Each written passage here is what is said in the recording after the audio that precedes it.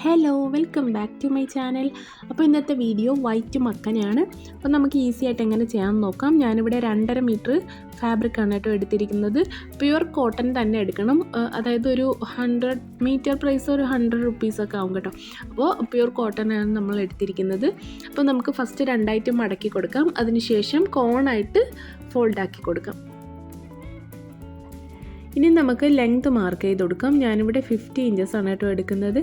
അപ്പം നമ്മുടെ ഫാബ്രിക്കിന് എത്രത്തോളം വിഡ്ത്തുണ്ട് അതനുസരിച്ച് നമുക്ക് ലെങ്ത് കൂട്ടി കൊടുക്കാൻ പറ്റും. ഇല്ലെങ്കിൽ ജോയിൻറ്റ് പീസൊക്കെ വെച്ചിട്ട് നമുക്ക് ചെയ്യേണ്ടി വരും.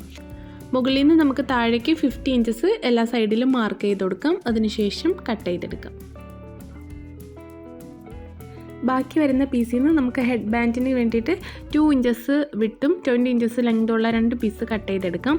ഇനി നമുക്ക് മക്കനെ സ്റ്റിച്ച് ചെയ്തെടുക്കാം. മക്കനയുടെ കർവായിട്ടുള്ള പോർഷനും അതുപോലെ സ്ട്രൈറ്റ് ആയിട്ടുള്ള പോർഷനും നമുക്ക് മടക്കി സ്റ്റിച്ച് ചെയ്യാം.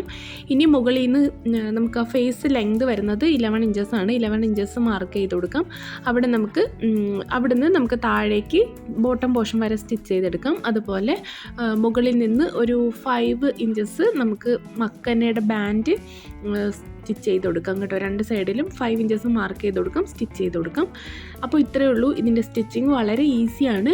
അപ്പോൾ ഞാൻ ഇതുപോലെ സ്റ്റിച്ച് ചെയ്തിട്ട് ഇതുപോലൊരു പാക്കറ്റിലാക്കിയിട്ടാണ് കൊറിയർ ചെയ്ത് കൊടുക്കുന്നത്. അപ്പോൾ വീഡിയോ ഇഷ്ടമായ ലൈക്ക് ചെയ്യണം, ഷെയർ ചെയ്യണം, സബ്സ്ക്രൈബ് ചെയ്യണം. മറ്റൊരു വീഡിയോ ആയിട്ട് വീണ്ടും വരാം. ബൈ.